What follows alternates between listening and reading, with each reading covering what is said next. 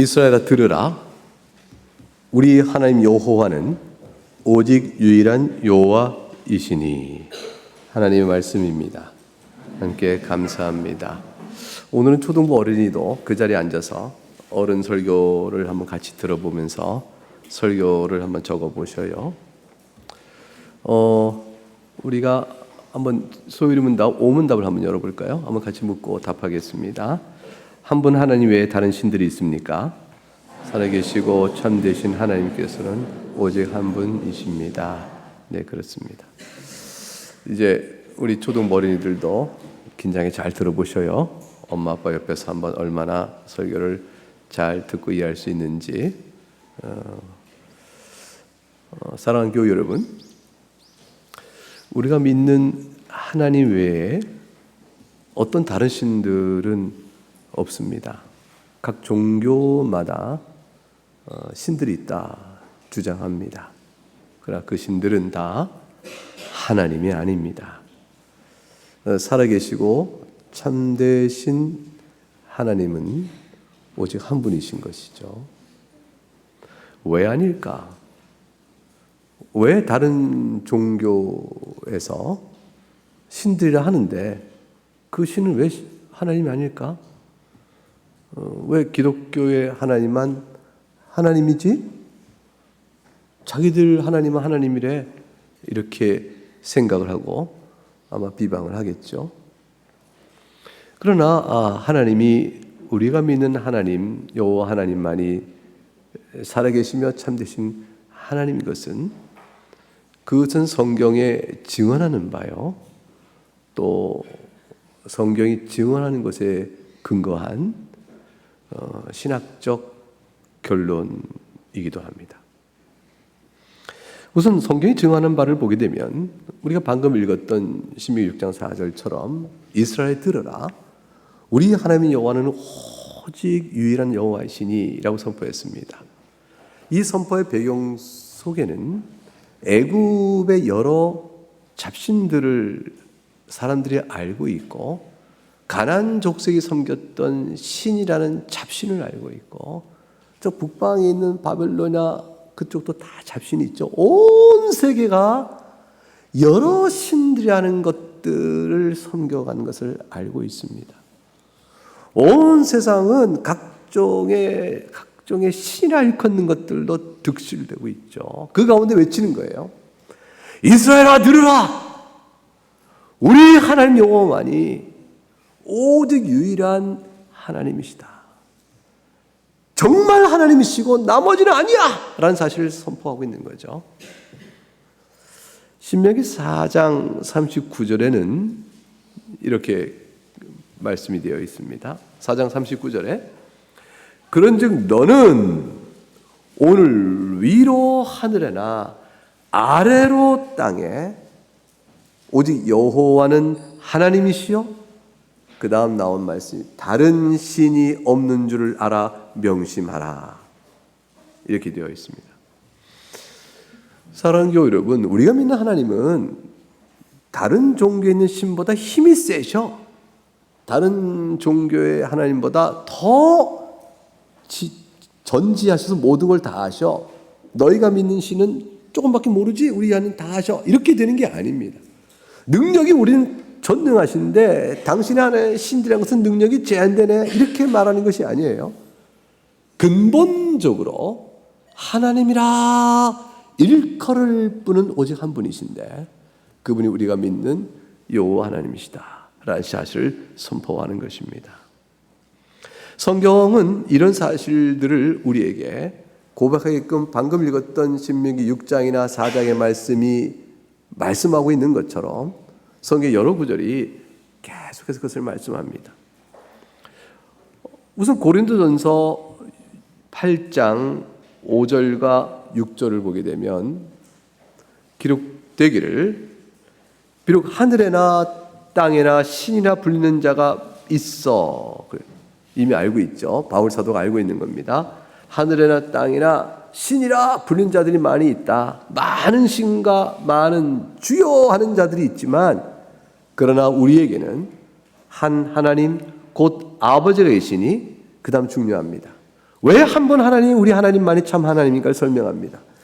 우리에게는 한 하나님 곧 아버지 계시니 8장 6절에 고린도전서 만물이 그에게서 났고 우리도 그를 위하여 있고 또한 한 주 예수 그리스도께서 계시니 만물이 그로 말미암고 우리도 그로 말미암았느니라.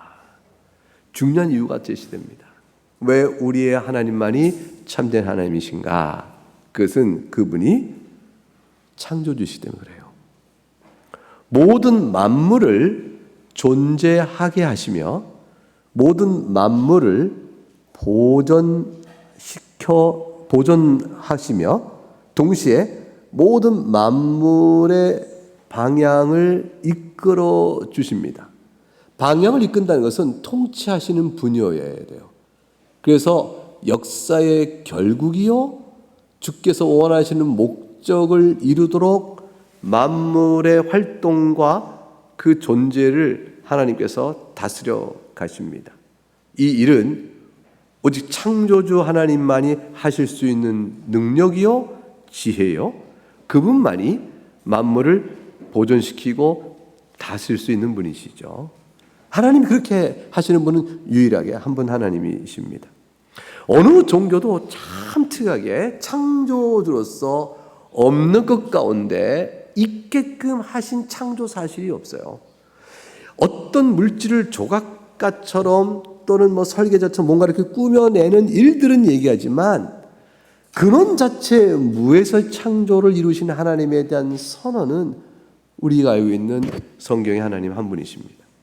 이 만물을 그의 뜻 가운데 다스리시는데 성경은 그 다스림에 대한 증거로 예언과 성취로 이루어져요.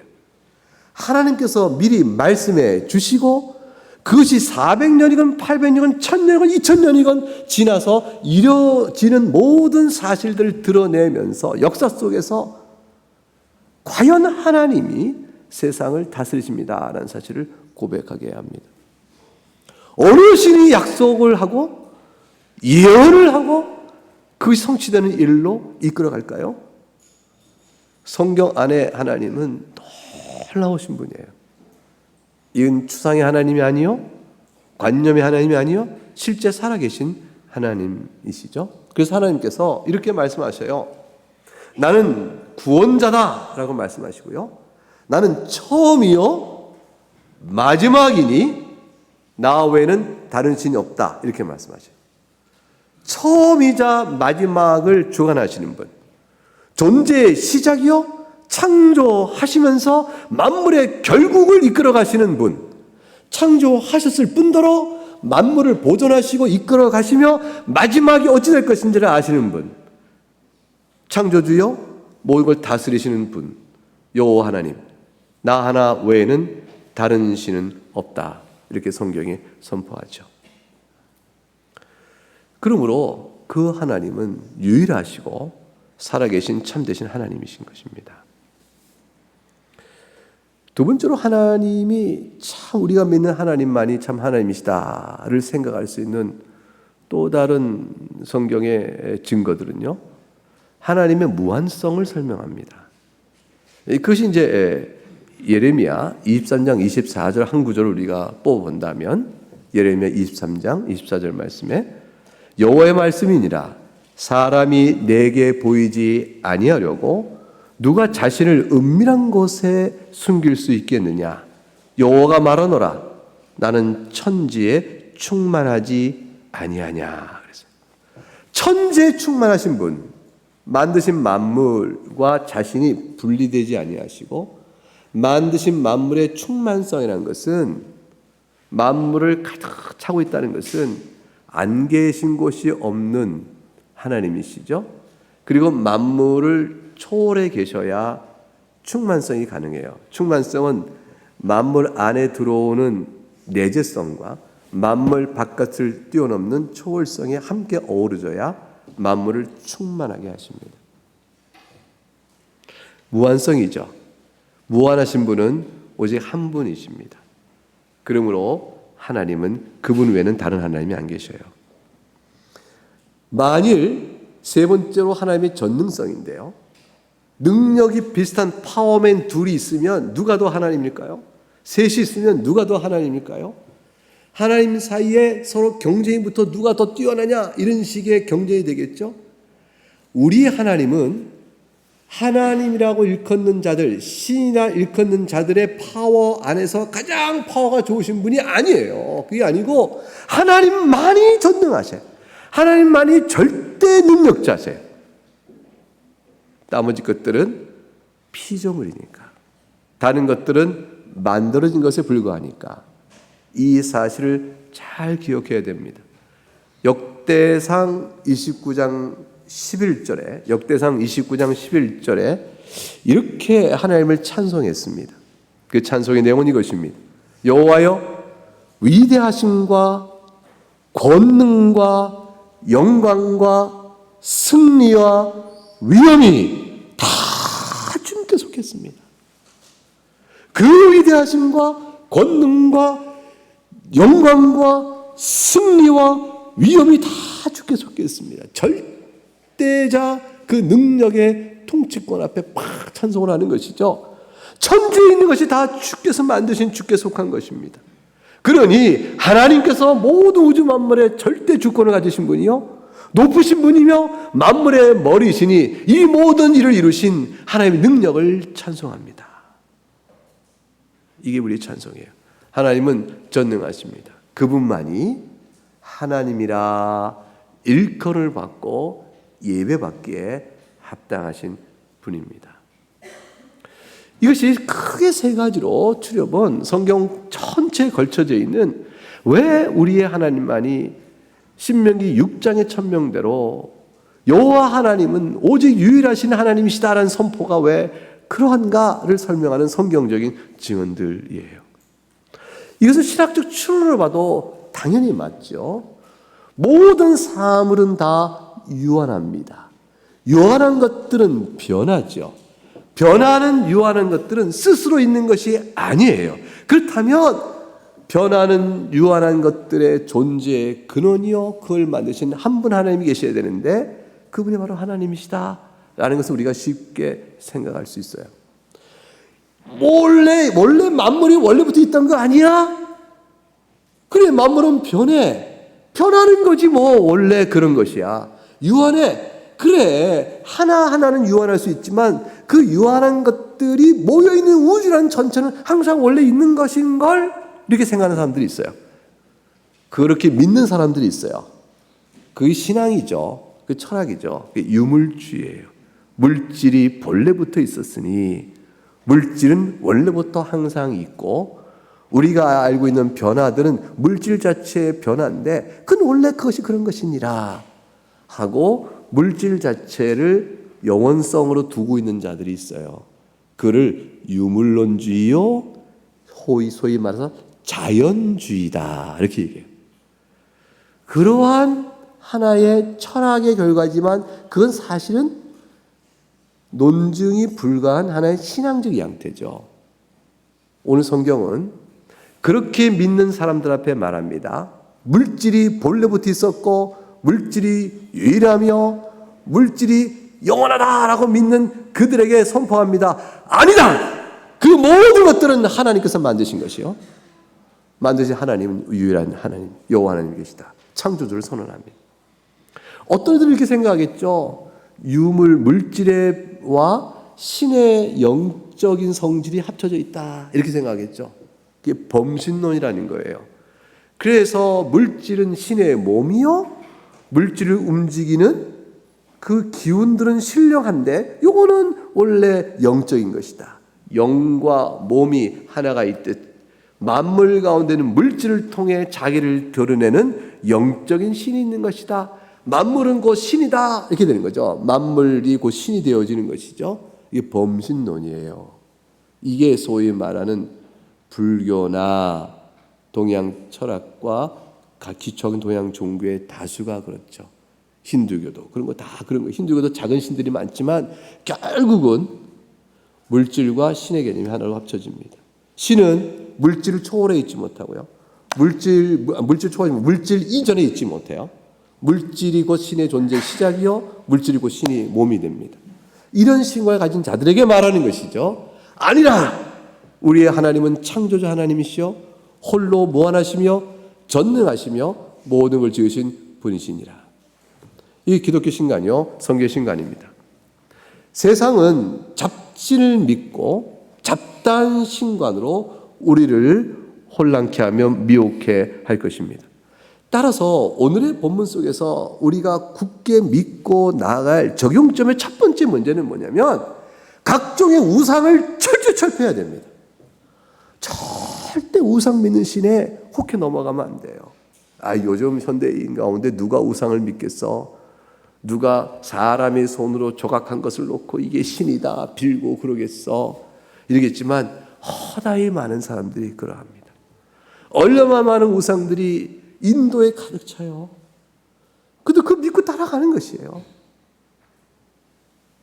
일체 우상 섬기는 근본적 악을 버려야 합니다. 왜냐하면 무한하시고 영원하시고 불변하신 하나님, 창조 하나님을 물상화, 물체로 만드는 건 죄악이에요. 이 죄입니다. 하나님을 물체화시키는 거죠. 거꾸로 보면 이 하나님 만든 피조물은 인간을 위하여 존재하는 환경들이에요.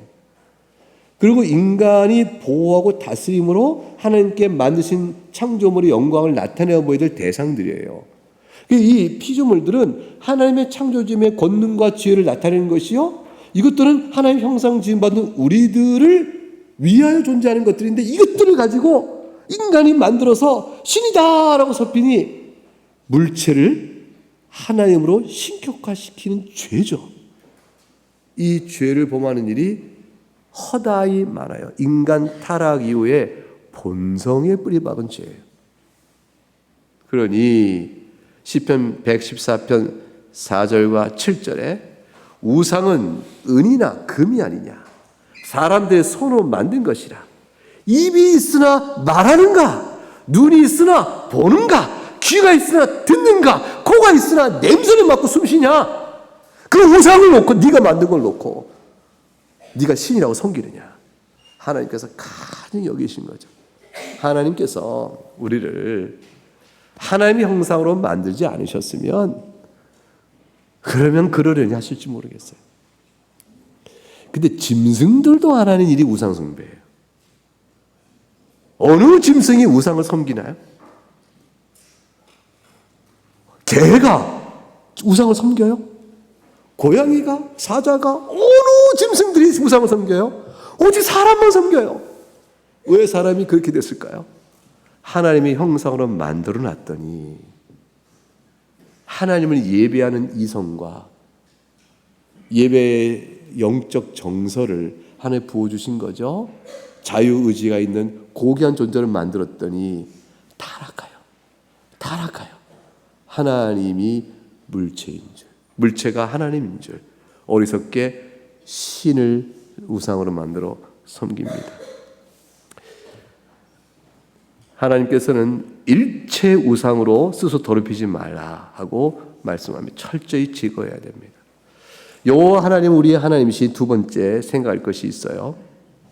그건 뭐냐면 이렇게 반론이 나오겠죠. 우리가 무슨 조각한 우상을 놓고 섬기는 줄 알아? 아니야. 조각한 우상을 섬기는 게 아니라 그 뒤에 있는 가르침, 그 뒤에 있는 어떤 존재, 이걸 섬기는 거라고. 그것도 피조물이에요. 조금 현대인들이 꾀를 피는 게 뭐냐면, 아니 옛날부터 그랬어요. 사실은 고대부터 헛된 철학이나 헛된 종교나 헛된 신화를 만들어서 하나님에 대한 이해를 뒤틀리는 거죠. 아까 말했죠. 원래 물질은 본래부터 있었어라고 말하거나 그 하나님을 배제시키는 거죠. 아니면 하나님은 만물이 곧 신이야라고 말하거나, 아니면 각종 우상들을 놓고 신들을 다 개별화시켜서 A라는 신은 세상을 물을 만들고, B라는 신은 바다를 땅을 만들고, 또 C라는 신은 하늘을 만들고, 이 중에 서로 누가 힘이 좋고 누군 지혜의 신이고 누군 용기의 신이고 각종 신을 다 만든 다음에 이것이 세상을 움직이는 힘들이다라고 말할 때 이게 다 거짓된 신관이죠. 이런 허탄한 헛된 철학이나 신화를 우리 안에서 완전히 제거해야 됩니다. 미신 숭배나 이런 일에 억압받는 두려움을 떨쳐내야 돼요. 여러분, 무당 만나면 무서워요? 겁나죠? 무당 이렇게 해가지고 허허 저주가 있다 이러면 그다음부터 끙끙끙 앓게 될까요? 무당 사당을 여러분이 살 곳이 없는데 무당 사당을 네가 살아라. 이제 더 이상 무당이 이제 영업이 안 돼서 나갔다. 그래서 이제 빈집이다. 네가 살아라. 그럼 들어가 살 사람. 에이 그 무당이 살던 집에 왜 가 살아? 그 귀신 들려 있고. 그 순간에 우리가 억압이 있어요. 사람 부패한 이후에 사람 마음속에 귀신에 대한 악한 영이라든가 모종에 대한 두려움을 갖습니다.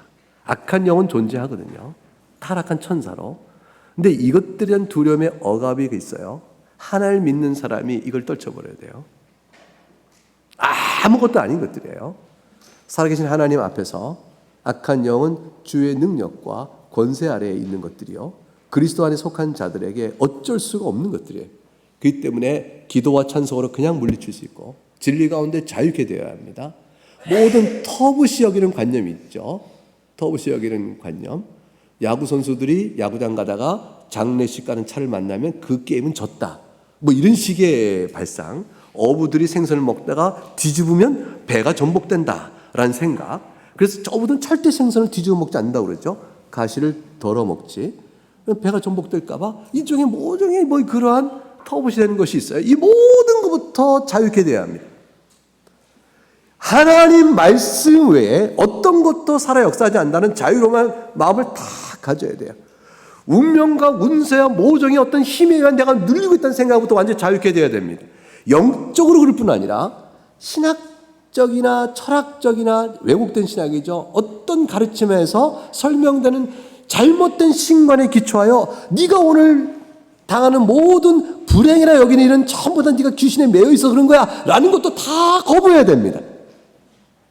하나님의 말씀 앞에 성도가 살아갈 것은요, 주 예수 그리스도의 말씀 앞에 기도하며 살아가며 찬송하며 살아갈 때 힘을 얻는 거, 그 외에 전혀 다른 거 없어요.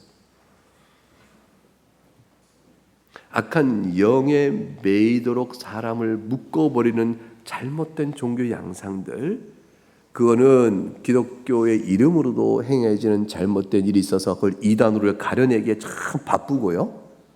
그리고 귀신을 섬기는 자나 사탄을 섬기는 자는 인간의 영혼을 종속시켜버리죠. 그로부터 유일한 하나님 믿는 우리는 완전히 자유케 되어야 합니다. 거기서부터 건져내신 거예요. 예수 그리스도 믿고 하나님 앞에 오게 한 것은 그로부터 우리를 끊어내 자유케 하신 겁니다. 죄의 세력으로부터 우리를 분리시켜 해방시키신 것이죠. 그러므로 그부터 끊어내야 합니다. 허탄한 신화나 허탄한 철학, 허탄한 잘못된 왜곡된 신관, 영적으로 억압하는 모든 것부터 우리는 과감하게 끊어내고 담대함을 주 앞에서 가져야 합니다. 세 번째, 우리가 하나님 한 분이시라면 우리에게는 어떠한 자유함과 적용이 있어야 될까? 무엇을 하면 좋을까? 무엇보다도 그 한 분 하나님을 사랑해야 합니다. 그 한 분 하나님께 여러분 마음을 내어드리셔야 돼요. 신명기 6장 4절 읽었는데 5절의 말씀이 어떻게 이어진지 아세요? 4절과 5절을 같이 읽어보면 6장 4절과 5절 신명기 다시 열어보셔요.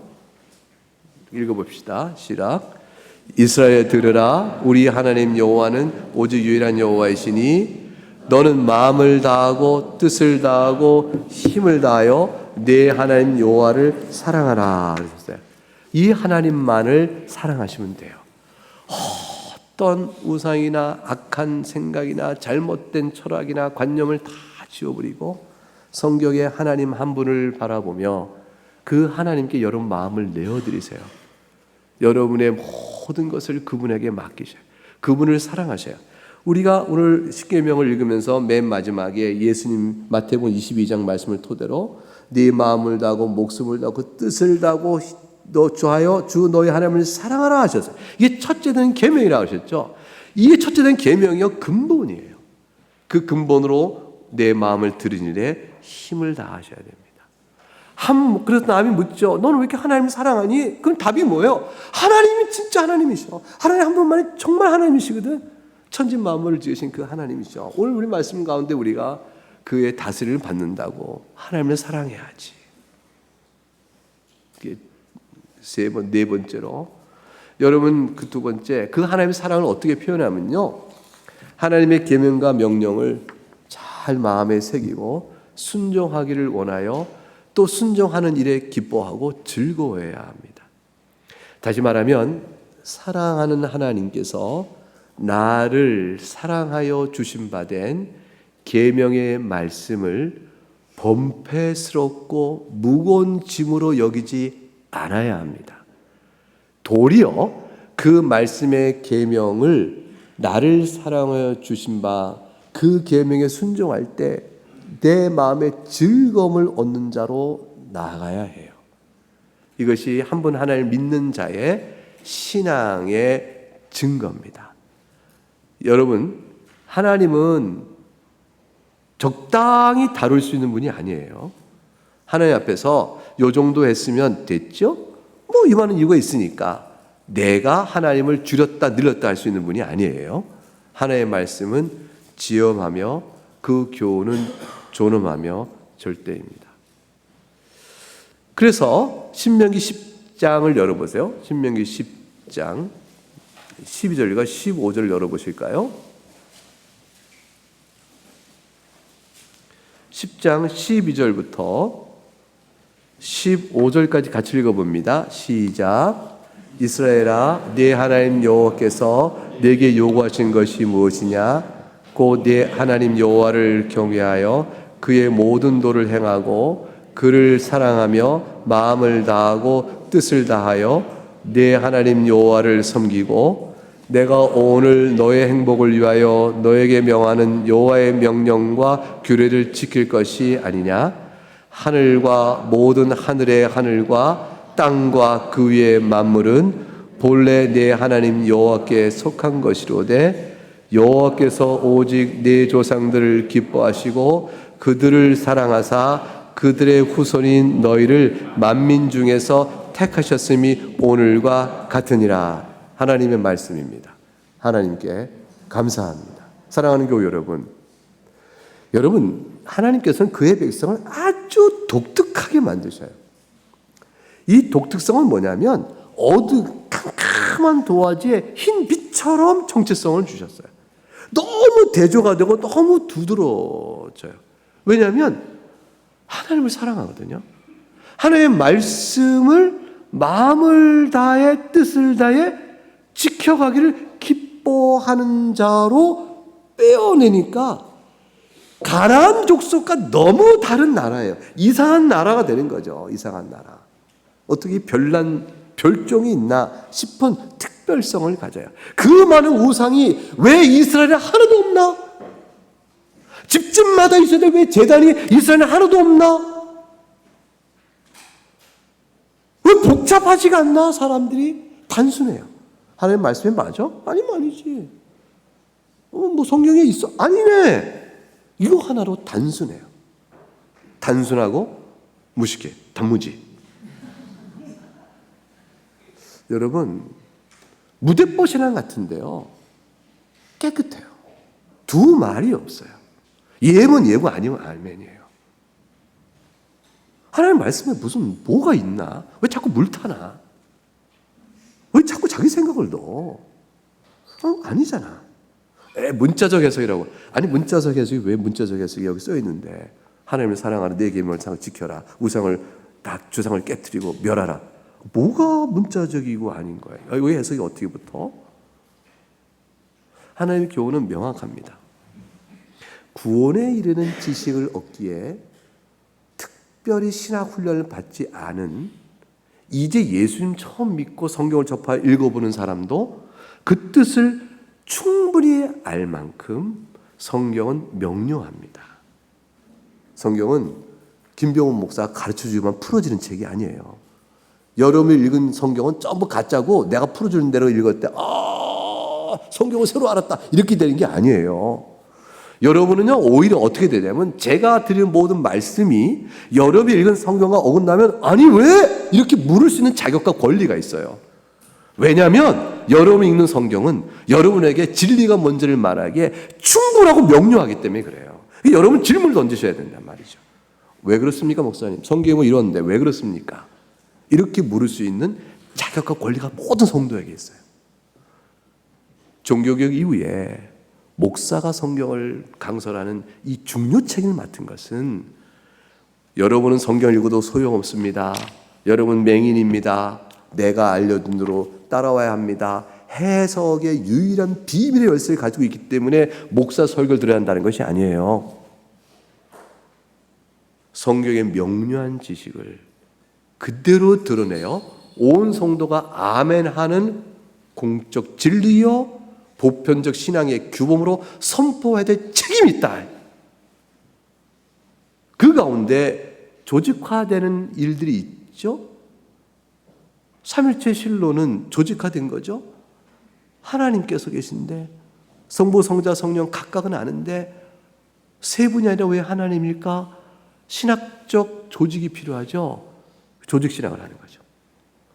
그것들에 있어서의 신학적 궁구와 학습은 있지만 만일 제가 여러분 삼일체 다 알아요. 예수님은 하나님의 아들이어서 우리가 부모가 자식을 놓으면 자식 없을 때 부모가 있듯이 예수님은 안 계신 적이 있었어. 성자 안에는 안 계신 적이 있어. 그럼 여러분 뭐라고 할 거예요? 태초에 말씀이 계시니라. 이상한데요? 이렇게 물어야 되죠. 여러분 이미 삼일체를 알고 계신 거죠. 성자 하나님은 영원부터 성부 하나님과 함께 계셨어요. 성령 하나님과 함께 계셨죠.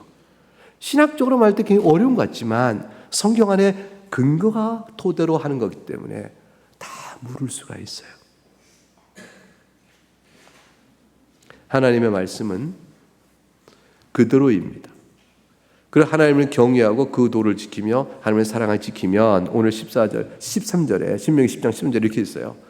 너희들의 행복을 위하여 말하는 것 아니냐 그랬어요.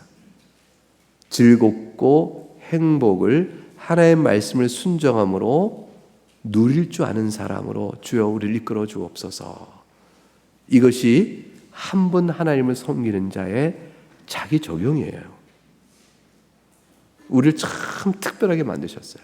그래서 세상과 다른 것이 하나님의 말씀을 사랑하여 그냥 그걸 지키고 따르는 것을 즐거움으로 얻는 자, 그 속에 자기 행복이 있음을 아는 자, 그런 자로 사는 거죠. 모르는 건 없어요. 의문적인 것. 왜 이럴까? 나한테 이해가 안 가. 이런 거 없어요? 많아요.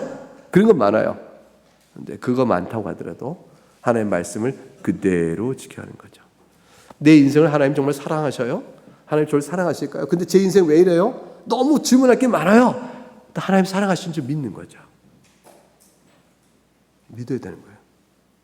예수 그리스도 안에서 나를 존귀케 하셨구나. 하나님이 자녀잖아요. 하나님의 자녀를 하나님 사랑하지 않으시겠어요? 너무 마땅하잖아요. 근데 날 사랑하는 게 맞다니까요. 근데 하나님 제 인생 왜 이래요? 질문이 많죠. 그러나 하나님 여러분 사랑하세요. 나 이 질문 때문에 그거 못 믿겠어요. 이렇게 하면 불신앙인 거예요. 성경대로 믿으셔야 되는 거예요. 하나님 날 사랑하시는구나. 그럼 하나님 제 인생 왜 이래요?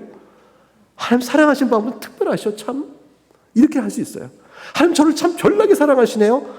저 이해가 안 가게 저를 사랑하시네요. 제가 너무 어려워요. 하나님 제가 볼 때는 이거 사랑하는 거 맞죠? 근데 참 다르게 사랑하시면 안 될 거예요. 하나님 이렇게 할 수는 있어요.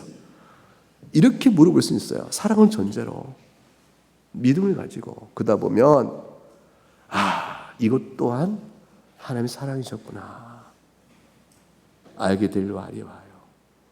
하나님께 던졌던 모든 질문이 미련하고 우음에 무지한 짐승 같았구나. 이게 와요.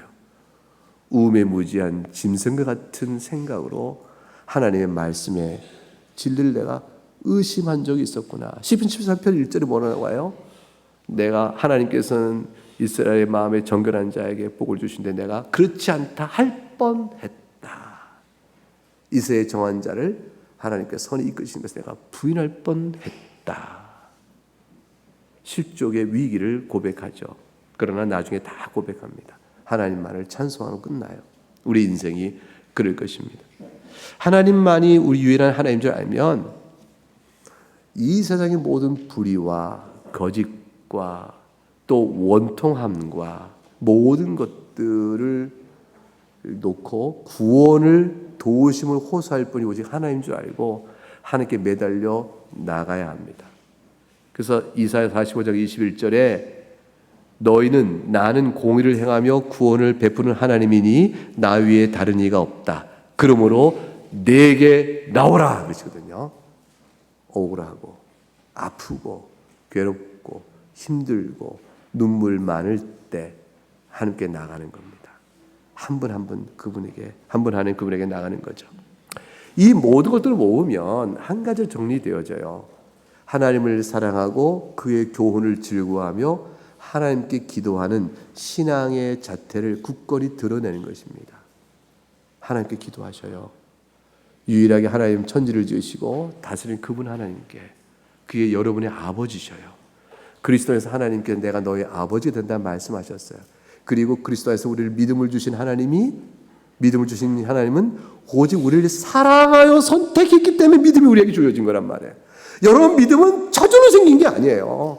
여러분 믿음은 땅에서 나온 게 아니고요. 하나님께서 주신 거예요. 하나님께서. 여러분에게 왜 그 믿음을 주셔요? 선택하신 사랑 때문에. 그거 하나 다 붙들고 하나님만을 향하여 기도하세요.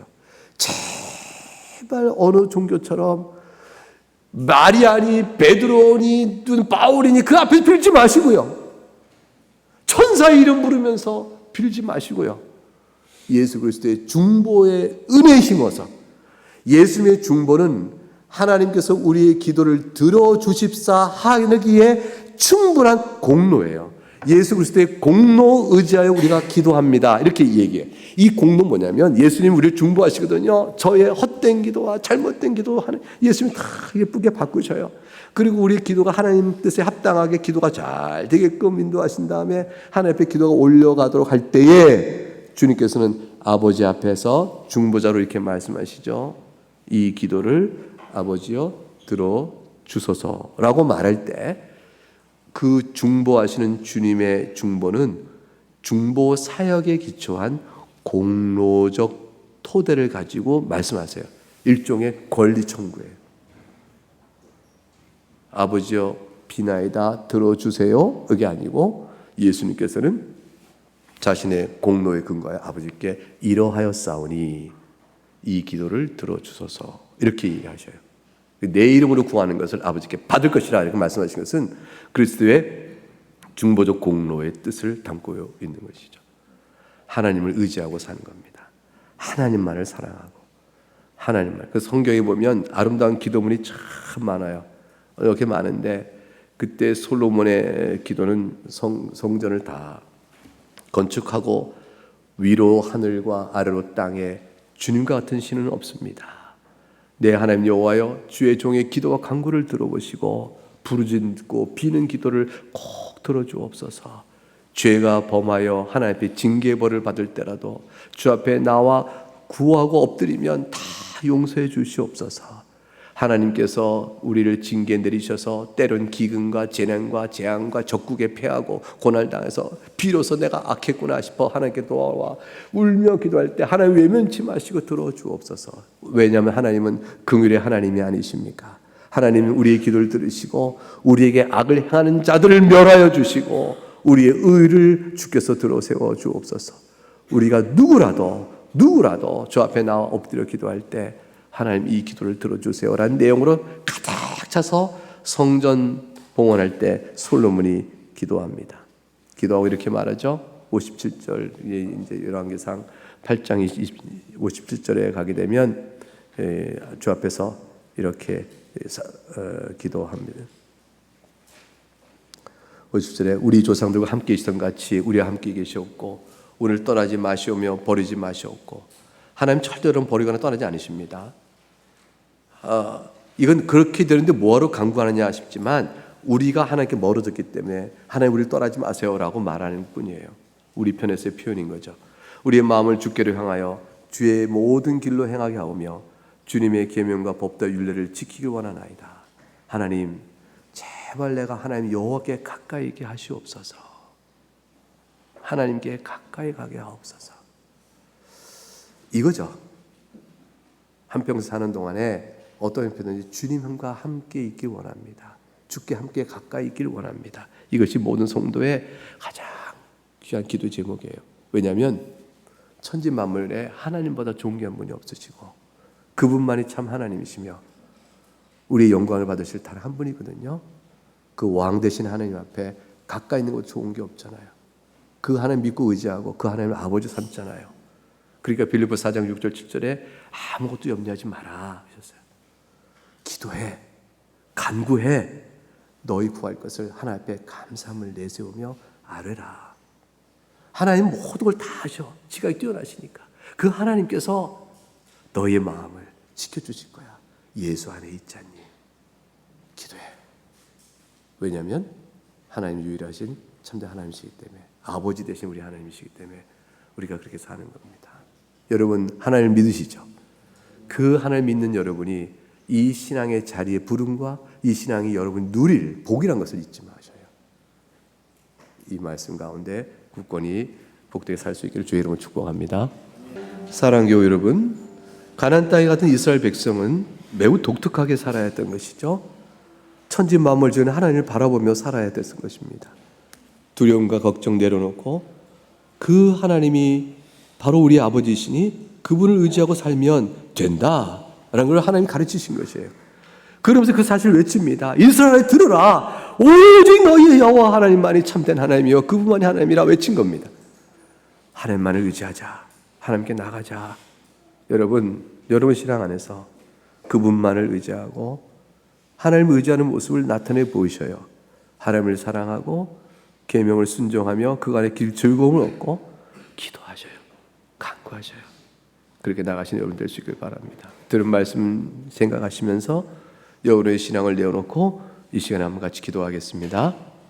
같이 기도를 모으겠습니다. 사랑이 많으신 하나님 아버지, 하나님만이 하나님이시오니 예수 그리스도 안에서 그 하나님 아버지를 우리가 아버지라 부를 수 있게 하시는 너무 감사합니다. 두려워 말게 하시고 하나님께서 우리 베푸신 사랑 때문에 우리가 그 사랑을 받았사온즉 하나님을 사랑하며 사랑하신 하나님께서 우리의 행복을 위하여 주신 바 된 계명을 순종하고 그 순종하는 가운데 계명을 짐이 아니라 즐거움으로 얻는 자가 되게 하시오며 두려워하지 말게 하시며 공의의 하나님 앞에 원통함을 내어놓고 아픔을 내어놓고 하나님의 손길을 구하게 하시고 무엇보다도 우리를 긍휼히 여기시는 하나님의 사랑 앞에 엎드린 저희가 되게 하여 주옵소서. 기도로 나아갑니다. 사랑하는 교우들이 이와 같이 주를 사랑하며 나올 때 하늘의 한 분 하나님께서 참으로 우리의 기도를 들으시고 주의 권세와 존귀와 영광 가운데 계신 그 능력으로 우리를 살피시며 이끄실 줄 믿습니다. 주님께 감사하고 예수님 이름으로 기도합니다. 아멘.